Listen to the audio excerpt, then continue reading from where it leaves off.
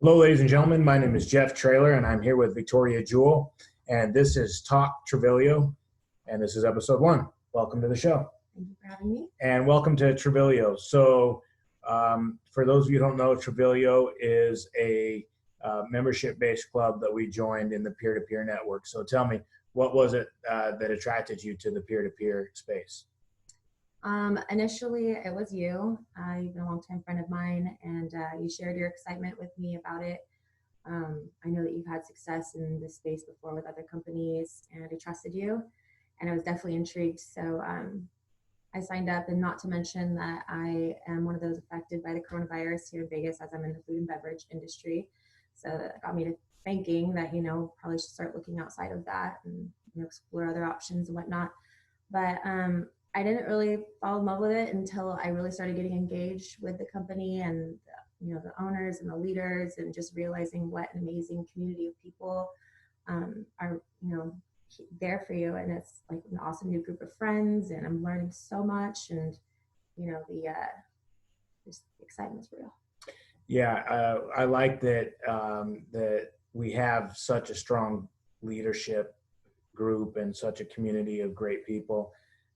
People often say that people will join for the product, but stay for the community. And we have a great community, everything from our book club, to our leadership calls, our Zoom calls. It's really been great. And you've had some success right away, and you're about to hit a bonus. I think you need one more unit to hit a $500 bonus. Is that right? Yes. So then what's next after that? Is that it? Is there a $500 bonus, or is there more? No, I'm going for the $1,000 bonus plus the 3 months of free membership. Nice. So I hope to get that by mid-month, and then next is the iPad, and after that is the car. It's great. So then what's your BFAG, your big fat ass hairy goal? If you're looking 5-10 years down the road with this, what do you see? Definitely financial freedom. I don't want to be a slave to my job for the rest of my life, or just not having a direction or purpose. And so having financial freedom and peace of mind is my end all goal. So I know you're still new. It's great that we're building something that nobody can ever take from us, right? Part of that BFAG for me, like you said, financial freedom and residual income, and being able to actually enjoy the fruits of our labor. Like if you work 9 to 5 for the man, making somebody else's dreams come true, you work your whole life while they've got their toes in the sand. And this is opposite. It kind of turns it. But so I know you're new a little bit, but what are some of your best moments so far? So far, I think it's just like I was talking about earlier, the community, being a part of the community. I'm growing so fast, like mentally and spiritually, learning so much from these wonderful books that we're reading, and then getting involved with leadership calls and being able to listen to you and the owners and all the other great leaders and the founding members, and being able to just absorb all of their knowledge, all of your knowledge. And I'm just loving where I'm at right now. Yeah, we're blessed. It's almost like going to college, right? Like if I don't have kids, but if I did, I would have them listening to our Zoom calls and our book club at Sundays at 1:00, because there's some very successful people on there throwing ideas around, talking about what they've learned, especially with reading books and how it affects our life and how it affects our business. So what are some of the down plays? Have you had any bad moments? I think just like knowing that I'm sitting on a gold mine, like, once in a lifetime opportunity, and wanting to share it with people that I love and care about. And, some people just don't want to hear anything about it and ignoring me, not getting back to me. And just because there's a, negative connotation surrounding network marketing for whatever reason, they just don't even want to look at it. And it's just, I just want to grab them and tell them to, do it, because it's just so amazing. And the potential to have an amazing life is there.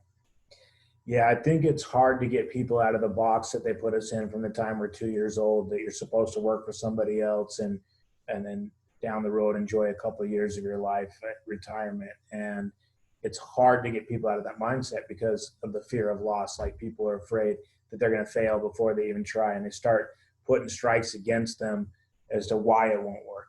And a lot of people also think that this is a get rich quick type of thing, and there's no such thing really. It's going to take some time and effort to put into it to take out of it. And so nobody goes to work and says, you know what, I've tried this job for 2 weeks and I quit, and because they're held accountable. And in this, you have to hold yourself accountable, put in the work, and go through the ups and downs. There's going to be ups and downs. Like any business, there's going to be people that tell you they're going to join and they don't. There's going to be people that will meet you at Starbucks at 3 and they don't. And you can verify all you want with them that, hey, we're still on for 3, right? And they'll make up something that come because they get cold feet because they're so afraid. Fear is the devil. It's the worst enemy, and especially in running any kind of business. If you're afraid to step outside of the box, you're in big trouble. So, what have you found that's working for you? Definitely sticking to the script. So I just started gaining some momentum, and it's because I'm listening to leaders and people before, them that have found success in this space, and they kind of wrote the steps down. And I tried to, at first, not really understanding what the company was truly about at first. I was trying to do my own thing and finding that I was coming into a lot of problems all the time. But as soon as I listened and did, what I was advised to do, things have been a lot easier. Which is another obstacle, is getting people to understand that this is as easy as sharing the opportunity, getting people excited about it, and then turning it over to somebody who's been with the company longer and has more success, and getting them on a what we call a three-way call. And it's the other voice verifying what you're saying, right? And so many people want to immediately call their friends and family and just try to take it on all themselves and be a product expert and just blah, blah, blah, blah, blah. And that doesn't work. There's a process through the peer-to-peer space where the people who are very, very successful, we like to say less, more. You get them interested, pique their curiosity, get them to watch a video, turn them over. And if you follow that process, you will succeed at this. It's hard to get people to believe that it really is that easy, but with our leadership, again, it really is that easy. So how long are you willing to put into this before you give up on it? Like, are you, do you have a day circled on the calendar? No, this is it. Just until I meet my goals and, find success in it. So I love this. I love the concept. I love, the space that we're in, and I love the people in the community. So no, I don't plan on quitting. Yeah, I'm in it for the long haul as well, especially at least 3 years. They say that if you do a business for 3 years and if it's not profitable, then it's considered a hobby. So I'm going to put in at least 3 years to see if I'm profitable, and if I'm having fun and I'm enjoying it and I see a future in it. Again, it's not a get rich quick thing. And so, yeah, I'm in it for the long haul. And I think that's important because I think it kind of takes away some of that false expectation that you're just going to hit the ground running. And a lot of people do. They hit their friends and family and they see a lot of success there. But then that kind of dies. And we see all the time the people that are going to grow this business for you, you haven't met yet, right? So, for example, you signed up your mom and your mom's in a choir. And if she signs up somebody in the choir who signs up their daughter who goes to Florida State and builds a huge team at Florida State, they could be your biggest leg, and it's people you've never really met. So that's what I'm kind of excited about, seeing that domino effect once we get your team going that strong. So what if it doesn't work? Are you afraid of what you're on Facebook a lot? I see a lot of your posts and you're reaching out to all your friends. And so is there any fear of what people might think about you if this doesn't go the way you think it will? No, not at all. And there's no if, and that's one thing I've learned is, creating that positive mental attitude, and what you tell yourself is what's going to produce in your life. So I've been extremely positive and knowing that I will find success in this. And, certain things go wrong here and there. I certainly don't care what people think of me. My friends or family or acquaintances, they don't pay my bills.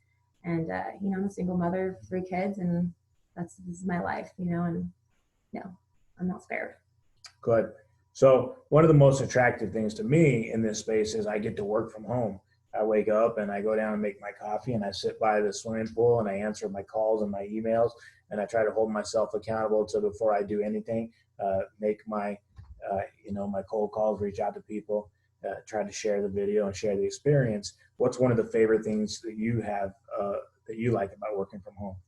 Yeah, definitely that, not being rushed to be anywhere, no matter what time of day you're working, getting ready for work always seems like a daunting process, and having to be somewhere for 8 hours and whatnot. So being able to control my schedule, my hours, and then of course, being able to be home with my kids while working, and then having them be able to see me be productive and all these things that are rubbing off on them. And so, yeah. So I've read that the average business startup cost is about $60,000. And with that, you start building a website and you get business cards and you start pushing a product and advertising for the product. And with us, the startup cost is very, very minimal. And you get a product that's not only proven to work, but we are in the most lucrative space of any other product in the country, in the world, actually.